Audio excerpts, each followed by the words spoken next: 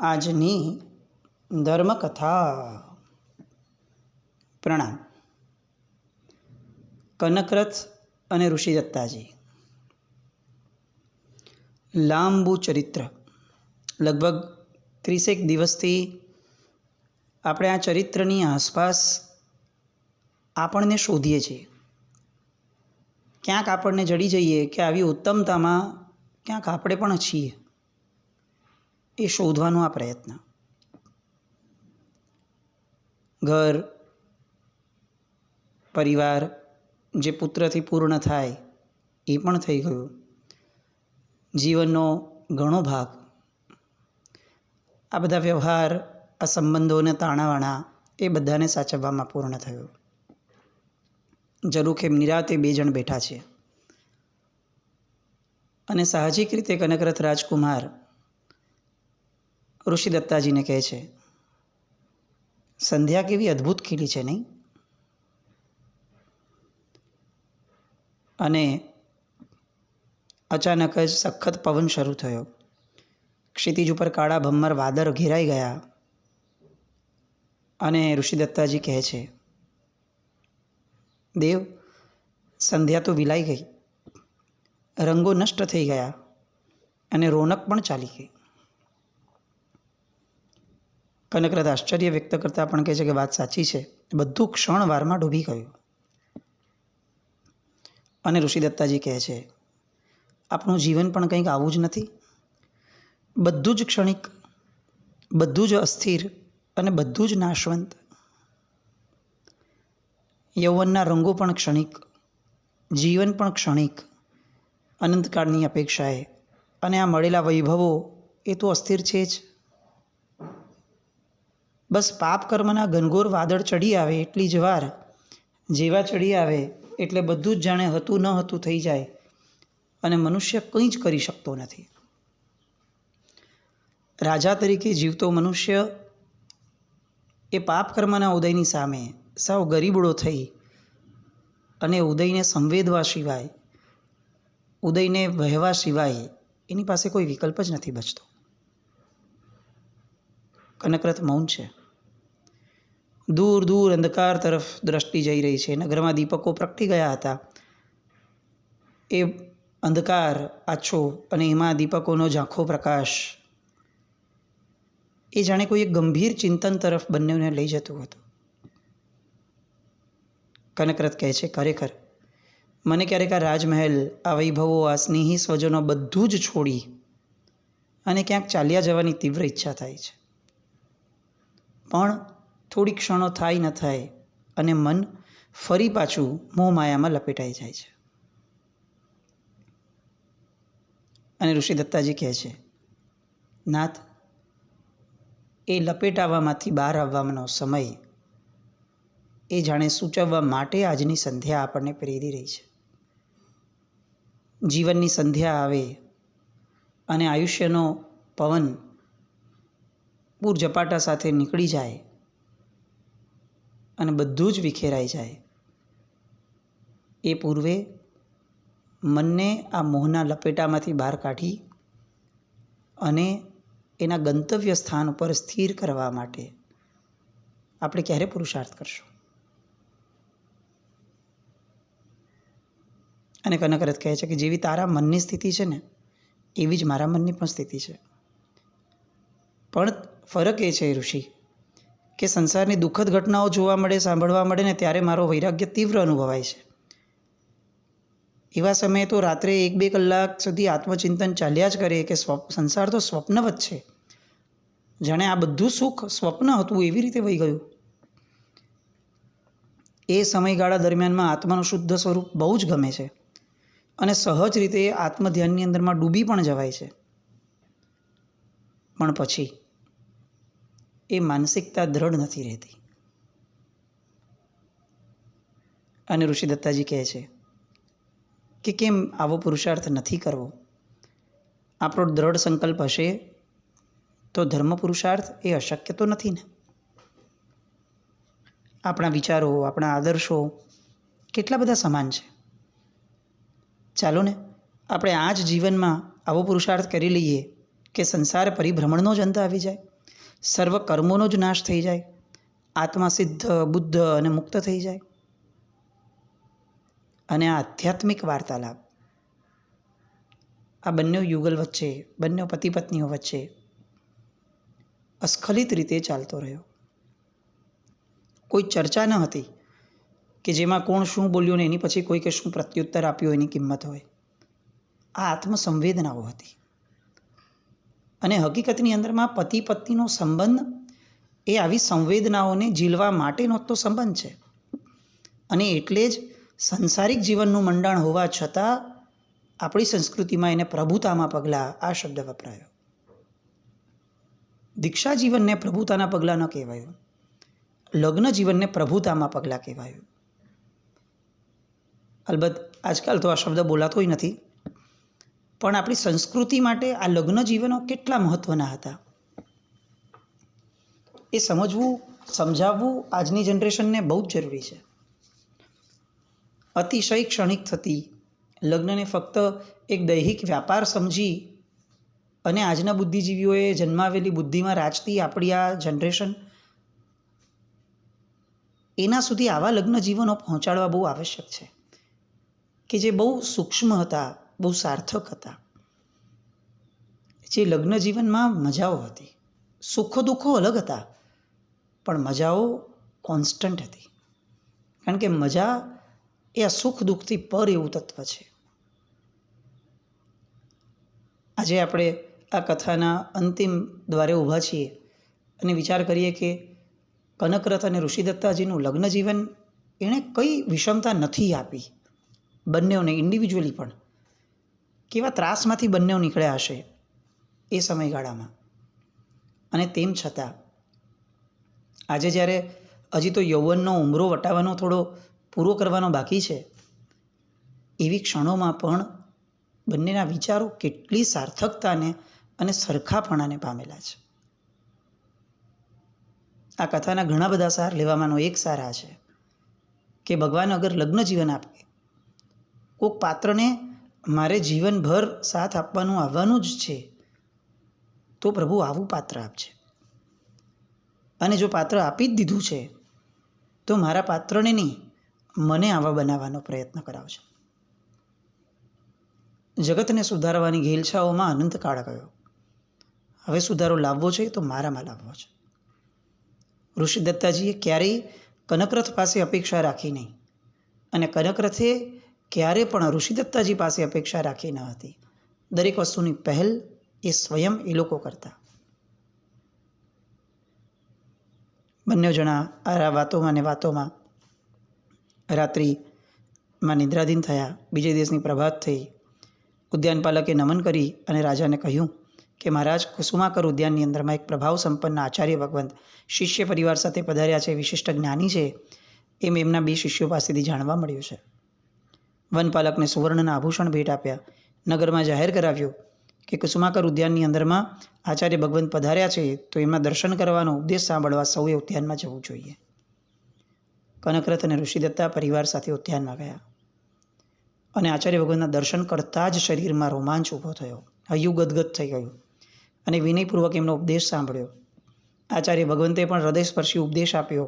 એક એક શબ્દ જાણે એમના રાગ દ્વેષના ઝેર ઉતારી રહ્યા હોય એ રીતે એમણે મસ્તકે અંજલિ જોડી અને આ ઉપદેશને ઝીલ્યો. અંતે ઋષિદત્તાજીએ આચાર્ય દેવને પ્રશ્ન પૂછ્યો વાચનાના પૂર્ણ થયા પછી, હે કૃપાવંત, મેં પૂર્વભાવમાં એવું કયું પાપ કર્મ કર્યું હતું જેના પરિણામે આ જીવનમાં મારા ઉપર રાક્ષસીનું કલંક આવ્યું? આપ જ્ઞાની છો, ભૂતકાળ અને ભવિષ્યકાળ આપના જ્ઞાનમાં પ્રત્યક્ષ છે. આપ મારી જિજ્ઞાસાને સંતોષવાની કૃપા કરશો? આચાર્ય ભગવંતે આંખ બંધ કરી થોડી ક્ષણો સુધી મૌન પથરાયું. બધા ઉત્તરની રાહ જોવામાં હતા. આખી પરષદા ઋષિદત્તાના એ પૂર્વભાવને સાંભળવા આતુર હતી. આચાર્યશ્રીએ આંખો ખોલી અને ઋષિદત્તાને સંબોધીને કહ્યું, એ પુણ્યશાલિની, તારા પૂર્વજન્મનો વૃત્તાંત સાંભળ. આ જ ભારત, એમાં ગંગાપુર નામનું નગર, ગંગાદત્ત નામનો રાજા અને રાણીનું નામ ગંગા, એની પુત્રીનું નામ ગંગાસેના. આ ગંગાપુરની અંદરમાં એકવાર ચંદ્રયશા નામના સાધ્વીજી ભગવંત પધાર્યા. ગંગાસેના સાધ્વીજી ભગવંતના પરિચયમાં આવી સાધ્વીજી ભગવાનના ઉપદેશથી ગંગાસેનાના જીવનમાં વૈષયિક સુખો પ્રત્યેની આખી વિચારધારા બદલાઈ. એને એ સારભૂત ન લાગતા અસાર લાગવા લાગ્યા અને વધુને વધુ સમય એ આ સાધ્વીજી ભગવંતના સાનિધ્યમાં પસાર કરવા લાગી. આ નગરની અંદરમાં સંગા નામની એક શ્રાવિકા હતી. એ પણ સાધ્વીજી ભગવાનના પરિચયમાં આવી. ધર્મના રંગે રંગાઈ. એણે માસક ક્ષમણ તપ કર્યું. નગરમાં એની ખૂબ પ્રશંસા થવા લાગી.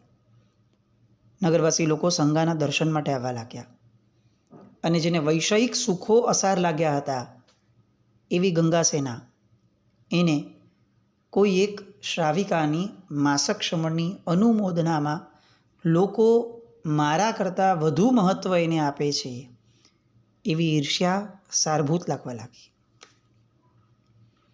એ દિવસ રાત ઈર્ષ્યાથી બળવા લાગી. હું રાજકુમારી છું, મારી પ્રશંસા વધુ થવી જોઈતી હતી. મેં આટલો સમય એમની પાસે પસાર કર્યો છે અને બીજા કોઈની પ્રશંસા આખું નગર કરે? આ કઈ રીતે ચાલે? આવો ઊહાપોહ મનમાં થવા લાગ્યો.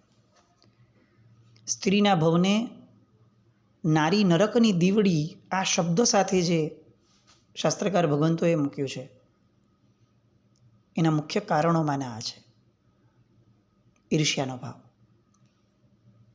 સ્ત્રીનું મન અસહજ થવા માટે જાણે હંમેશા તત્પર રહેતું હોય. એને ઈર્ષ્યા જલ્દી થાય, એને કશાય જલ્દી થાય. એના શરીરનો બાંધો જ એવો છે કે કોઈ પણ વસ્તુને બહુ લાંબો સમય નથી સાચવી શકતી.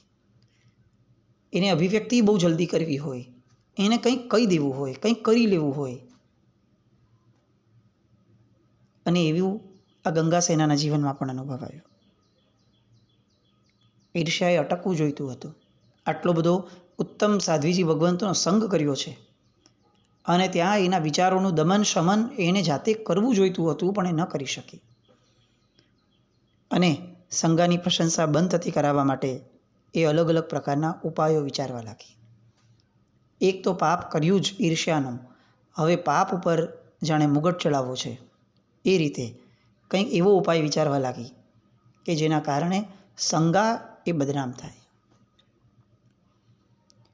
હકીકતમાં ગંગાસેનાને વિષયો પ્રત્યેની વિરક્તિ હતી, પણ ગુણાનુરાગ નામનો ધર્મ, એ ગુણ એણે નહોતો કેળવ્યો. પ્રમોદ ભાવ નહોતો કેળવ્યો. આપણે આપણા જીવનમાં ચકાસવું બહુ જરૂરી છે. ધર્મના ક્ષેત્રમાં આવ્યા તો છીએ, વિષયો પ્રત્યેની વિરક્તિ કેળવી પણ છે કેટલીક તો, પણ પ્રમોદ ભાવ છે, ગુણાનુરાગ છે. કારણ કે ગુણાનુરાગ એ જ સૌથી મહત્વનો અને સૌથી પાયાનો ગુણ છે. એ સંગાની પ્રશંસા તો નથી કરતી, પણ ક્યાંય પ્રશંસા થાય તો એ ઊભી પણ નથી રહેતી. અને એક દિવસ એને શોધતા શોધતા એક એવો વિચિત્ર ઉપાય મળ્યો કે નગરની સ્ત્રીઓ સમક્ષ વાત કરવા માંડી કે આ સંગા છે ને એ તો રાક્ષસી છે. રાત્રે માંસ ભક્ષણ કરે છે અને દિવસે તપ કરે છે. વાત વાયુવેગે પ્રસરી નગરમાં. રાજકુમારીના મુખેથી નીકળી છે. સંગાના કાને પણ વાત આવી, પણ એ મૌન રહી. કારણ કે સંગા પાસે જ્ઞાન દ્રષ્ટિ હતી. એને ધાર્યું હોત તો પ્રતિકાર કર્યો હોત, પણ એ જાણતી હતી કે અનંત કાળમાં કેટલીક ક્ષણો માટેના દુઃખનો પ્રતિકાર કરવો એ આત્માના ગૌરવને છાજે એવું નથી. આ ક્ષણની, આટલી ક્ષણોની કિંમત શું? અનંતકાળની અપેક્ષાએ 70-80 વર્ષના આયુષ્યની અંદરમાં કોઈકે આપણી પ્રશંસા કરી તોય શું, કોઈકે આપણી નિંદા કરી તોય શું, એની કિંમત શું? અને એને જરાય રોષ ન કર્યો. પોતાના જ પાપ કર્મનો દોષ જોયો અને ખૂબ ક્ષમતા ભાવે એણે પોતાના જીવનના એ બાકીના સમયમાં ઉપવાસ આદિ તપશ્ચર્યાઓ દ્વારા એણે જીવન વ્યતીત કર્યું. સમય વીતી ગયો. ગંગાસેનાએ ક્યારેય પોતાની ભૂલનો સ્વીકાર પણ ન કર્યો, ન સંગાની ક્ષમા માંગી. આયુષ્ય પૂરું થયું, એનું મૃત્યુ થયું. મરીને સંસારની અનેક દુર્ગતિઓમાં ભટકી. રાજકુમારી હતી, ધર્મના રંગે રંગાયેલી હતી, સાધ્વીજી ભગવંત સાથે રહી અને વિષયો પ્રત્યે વિરક્તિ કેળવી હતી અને તાત્વિક વિરક્તિ હતી, ના પણ નહીં. અને તેમ છતાં દુર્ગતિઓની પરંપરામાં ભટકી. એક જ કારણ, ગુણાનુરાગ ન હતો, નંબર 1, અને નંબર 2, પોતાના કરેલા દોષોનો પશ્ચાતાપ ન હતો. સમય વીત્યો અને એ જ ગંગાપુરમાં ફરીથી રાજપુત્રી થઈ. યૌવનમાં આવી સાધ્વીજીનો સંયોગ થયો, સંસાર પ્રત્યે વૈરાગ્ય પ્રગટ્યો, ચારિત્ર ધર્મ સ્વીકાર્યો, સાધ્વી બની ગઈ. પણ સાધ્વી જીવનમાં કશાયો પર વિજય ના મેળવી શકી. એ ભવમાં પણ ક્રોધને પરવશ થઈ, મૃત્યુ સમયે પણ આત્મનિરીક્ષણ ન કરી શકી, કશાયની આલોચના પણ ન કરી. મરીને બીજા દેવલોકમાં ઈશાનેન્દ્રની રાણી બની, કારણ કે સંયમ જીવનમાં મૃત્યુ થયું હતું. દેવલોકનું આયુષ્ય પૂર્ણ થયું. હરિશેન રાજર્ષિની પ્રીતિમતીની કુખે પુત્રી તરીકે જન્મી, એનું નામ ઋષિદત્તા. સમજાયું બેટા? તારા પર રાક્ષસીનું કલંક કેમ આવ્યું? ઋષિદત્તાને પોતાના પૂર્વભવનો વૃત્તાંત સાંભળી અને સ્તબ્ધતા અનુભવાઈ. જાતિ સ્મરણ જ્ઞાન પણ થયું. એણે સ્વયં પોતાના પૂર્વભવો જોયા અને જેવા આચાર્યશ્રીએ બતાવ્યા હતા એવા જ જોયા.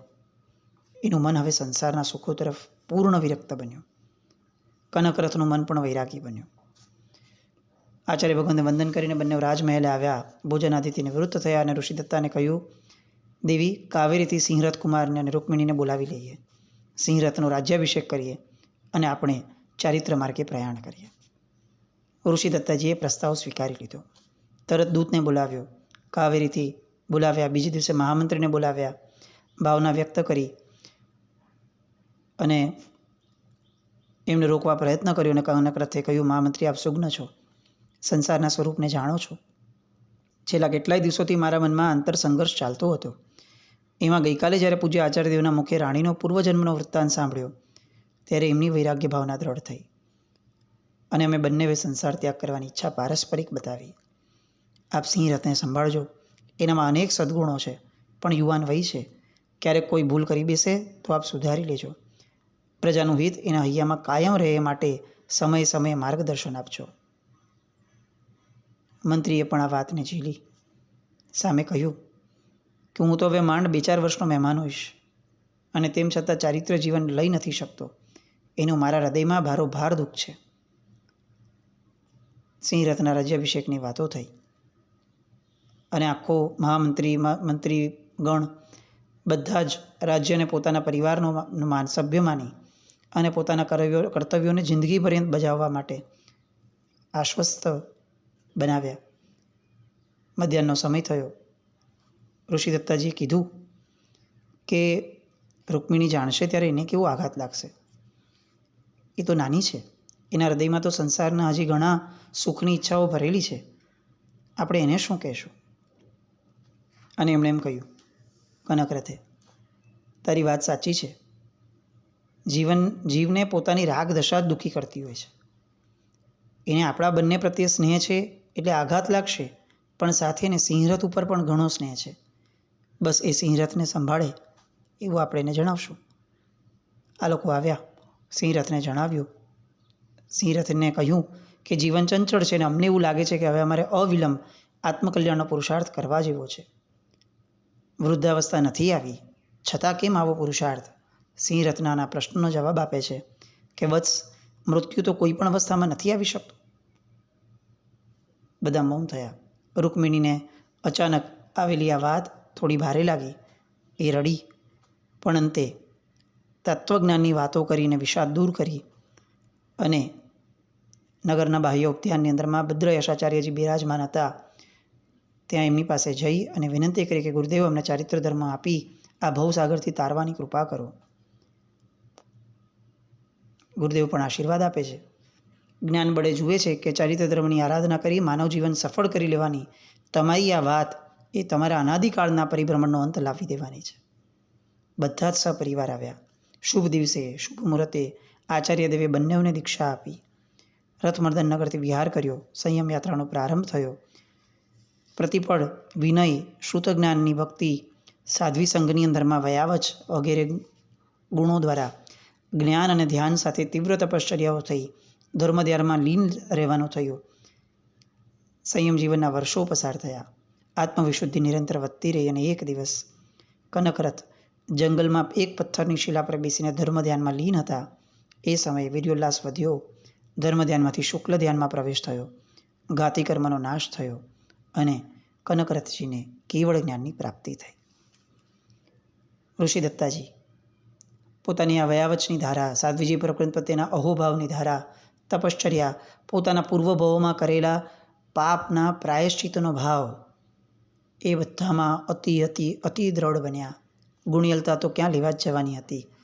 અસંખ્ય ગુણોનો તો જાણે ઉઘાડ થઈ ગયો હતો. હવે બસ બાકીના જ કેટલાક ઉઘાડવાના હતા. કર્મના પડોલો તૂટ્યા અને એક શુભ પડે. ઋષિ દત્તાજી પણ એ જ ભાવમાં કેવળ જ્ઞાનને પામ્યા. આ બંને કેવળ જ્ઞાનીઓની કથા 30 દિવસના સમયથી આપણે વાગોળી. આપણે બહુ નિકટ રહ્યા, બહુ ભીતરમાં વસવાના એમના એ ભાવો આપણે કદાચ સાચવી પણ રાખવાના ઘણા સમય સુધી. એક ડિફરન્સ હંમેશા રહેવાનો કે એ એમના ભાવમાં ભવનો અંત લાવી શક્યા. આપણે આ ભાવમાં ગમે તેટલું મથશું, ભવનો અંત નહીં લાવી શકીએ, પણ આપણા કેટલાક કષાયોનો અંત લાવવાનો પ્રયત્ન કરી શકશું. ઋષિ દત્તાજીએ જે મેળવ્યું એ મેળવવાની દિશામાં આપણે અગ્રેસર બની શકશું. આપણે સિદ્ધિ ન મેળવી શકીએ તો કંઈ નહીં, પુરુષાર્થ મેળવી શકશું. બસ એ સાતત્ય સાથેનો પુરુષાર્થ. ઋષિ દત્તાજીની અનેક વાતો, એ બધી વાતો અને એમના ગુણોને વારંવાર સાંભળી શ્રવણ દ્વારા આસેવન કરવાનો પ્રયત્ન. હું ખરેખર કહું, કેટલાક દિવસોથી જે ધારા વધી છે, ચોક્કસપણે જીવનમાં વારંવાર આ શ્રવણ કરવા જેવી ગાથાઓ છે. આ ચરિત્ર દ્વારા આપણે આપણા જીવનની અંદરમાં કેટલા બધા કષાયોને મૂળો પાડવા માટેનું બળ મેળવી શકશું. એકવારના શ્રવણ કરવાથી, વખાણ કરવાથી, અનુમોદના કરી લેવાથી આ ધર્મકથાઓ એ બહુ ફળદાયી નહીં બને. આ કથાઓ જીવનભર સાચવી રાખવા જેવી છે.